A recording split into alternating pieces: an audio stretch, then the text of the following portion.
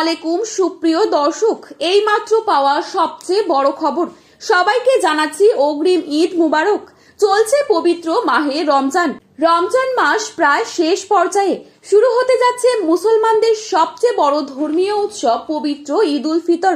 এই মুহূর্তে সবার মনে একটাই প্রশ্ন, কবে দেখা যেতে পারে পবিত্র ঈদ উল ফিতরের চাঁদ? এবার 29টি রোজা হবে নাকি 30টি?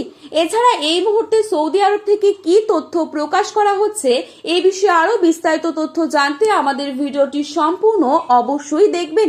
এবং আপনি কোন জেলা থেকে এই ভিডিওটি দেখছেন সেই জেলার নামটি আমাদের ভিডিওর কমেন্ট বক্সে লিখে জানাতে ভুলবেন না।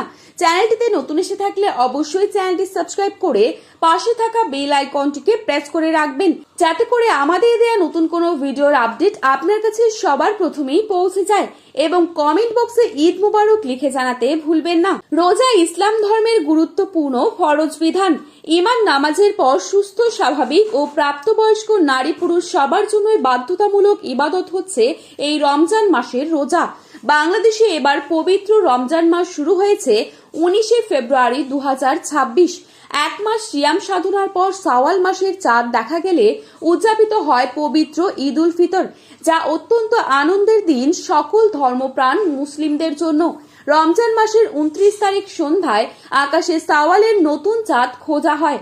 চাঁদ দেখা গেলে পরের দিনে ঈদ, আর চাঁদ দেখা না গেলে রমজান 30 দিন পূর্ণ হয়ে তার পরের দিন ঈদ উদযাপিত হয়।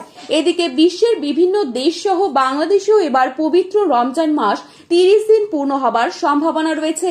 সেই অনুযায়ী আগামী 21শে মার্চ পবিত্র ঈদ উল ফিতর উদযাপিত হতে পারে বলে ধারণা করা হচ্ছে। জ্যোতির্বিজ্ঞানী হিসাব অনুযায়ী সৌদি আরবে পবিত্র শাওয়াল মাসের চাঁদ 19শে মার্চ বৃহস্পতিবার সন্ধ্যায় দেখা যেতে পারে। ফলে সেখানে 20 মার্চ শুক্রবার পবিত্র ঈদ উল ফিতর উদযাপিত হবার সম্ভাবনা রয়েছে। অন্যদিকে বাংলাদেশের শাওয়াল মাসের চাঁদ 20 মার্চ শুক্রবার সন্ধ্যায় দেখা যেতে পারে। এ কারণে 21শে মার্চ শনিবার পবিত্র ঈদ উল ফিতর উদযাপিত হবার সম্ভাবনা রয়েছে। তবে চূড়ান্ত সিদ্ধান্ত নির্ভর করবে সংশ্লিষ্ট দেশের চাঁদ দেখা কমিটির ঘোষণার ওপর। তো বন্ধুরা, এই ছিল আজকের গুরুত্বপূর্ণ খবরের আপডেট। প্রতিনিয়ত এরকমই আপডেট পাওয়ার জন্য অবশ্যই চ্যানেলটি সাবস্ক্রাইব করে পাশে থাকা বেল আইকনটিকে প্রেস করে রাখবেন, যাতে আমাদের দেওয়া যে কোনো গুরুত্বপূর্ণ খবরের আপডেট আপনার কাছে নোটিফিকেশনের মাধ্যমে চলে যায়।